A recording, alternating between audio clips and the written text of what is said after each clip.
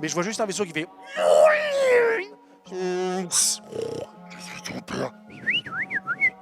Voilà, et là je fais, oh bah, c'est pas mal ça.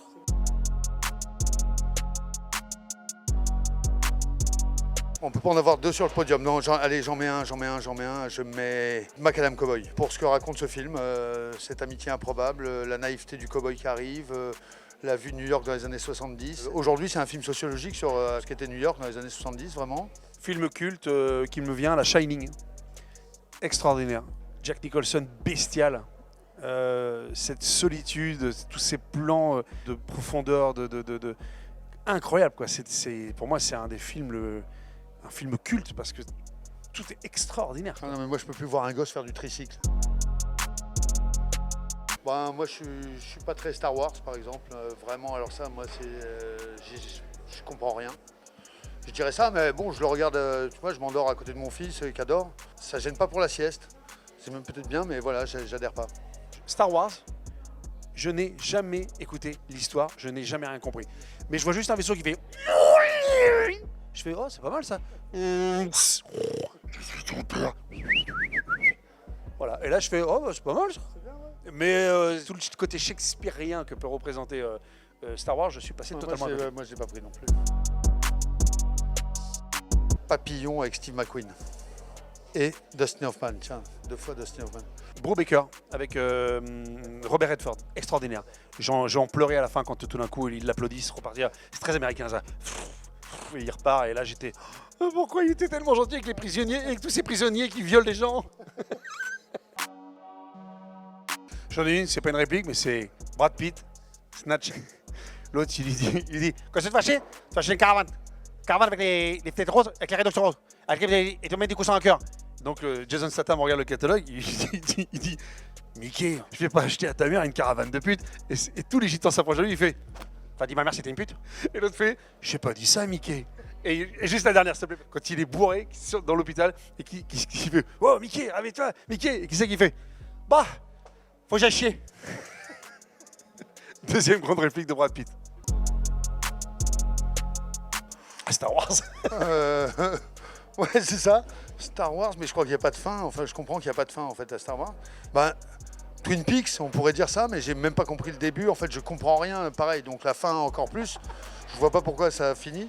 Autant il y a des Lynch que j'aime, autant celui-là, no comprendo. Après, je suis pas un génie, je suis pas Jean-Paul Sartre non plus. Ça s'est joué à ça. Moi, c'est Brubaker encore, parce que je ne comprends pas pourquoi il laisse partir Robert Redford, alors que quand même, il fait du bien à des prisonniers qui ont violé des gens. Oui. Moi, je crois que j'ai pas vu Les Ch'tis, par exemple. Je l'ai pas vu, ou je l'ai vu en morceaux. Je l'ai pas vu au cinéma, en tout cas. Cinéma Paradisio, moi. Non, c'est vrai, il y en a plein qui l'ont vu. Et toi, tu l'as pas vu. Je l'ai pas vu. Les bronzés. Pardonne-moi, moi les bronzés. Oh, bah. Moi, Série Noire. Ça ne m'étonne pas. Ça définit bien nos deux caractères aussi. C'est les deux gars. J'aurais bien fait les bronzés avec Arnaud. C'est moi aussi. S'ils le refont, je veux bien faire Louis. Je te serais bien vu très bien à côté de moi en faisant bah non, il n'y a pas de mal. Il n'y a pas de mal. C'est Viggo Mortensen et Maria Bello. Je crois que c'est dans l'histoire de la violence. Et à un moment, elle est habillée en cheerleader et il lui fait un cunilingus. Voilà. Et en fait, je crois que j'ai jamais rien vu de plus érotique que ça, à part le doigt d'Harvey Keitel dans le trou du bas de Holly Hunter dans la leçon de piano. Mais c'est mes deux grandes émotions sexuelles au cinéma, alors que j'ai vu l'Empire des Sens et tout ça, mais moi, j'ai beaucoup plus sensible à Maria Bello et à Holly Hunter. 37 de le matin.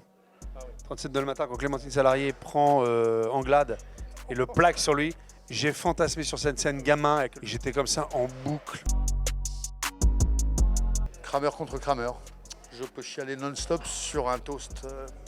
Même chez moi, des fois, quand je fais un toast à mon fils et qu'il m'énerve et que je m'énerve, en fait, cette scène me revient et du coup, j'ai envie de pleurer. Et je m'excuse auprès de mon fils qui ne comprend pas pourquoi je pleure à ce point-là, parce que j'ai raté un toast. Vol au-dessus d'un nid de coucou. Ah, c'était quand il étouffe. Il peut devenir culte parce qu'on a été saisi par l'émotion que pouvait dégager ce film. Saisi parce qu'en fait, on ne s'attendait pas à ce que les gens soient autant émus. Alors, si ça nous a dépassé à ce point de dégager autant d'émotions, un peu de montagne russe de l'émotion, on passe du drame à la poésie, au rire, éclats de rire. Si ça nous a dépassé à ce point-là, parce qu'on ne s'attendait pas autant que ça, peut-être que le public va s'en charger et que ça deviendra un film culte. Et peut-être pour sa proposition, moi je dirais presque politico-poétique, quoi. C'est tout d'un coup, il fait une proposition de pure poésie, de pure utopie poétique, mais qui devient presque un programme politique. C'est dire, laissez-nous la place pour la poésie, on en a besoin. Pas la poésie au sens premier du terme, hein, même pour le temps poétique dont on a tous besoin, qui peut être le temps du loisir, le temps pour soi, quoi, en gros. Ben, ce film, il propose ça, planter des fleurs. Avec tous mes amis chômeurs, les vieux mineurs, on souhaite transformer la mine en parc d'attractions pour Noël. Où sont où les wagonnets? Je vois pas de quoi tu parles. Vous savez combien ça peut vous coûter, une dégradation de bien public? Je vous laisserai pas détruire ma ville. Qu'est-ce qui se passe, Tic et Tac? Vous voulez faire partie de l'aventure? On travaille, nous. C'est pas flagrant. On est à plus de 280 likes, les enfants! Et où votre manège, là? Vous êtes dessus.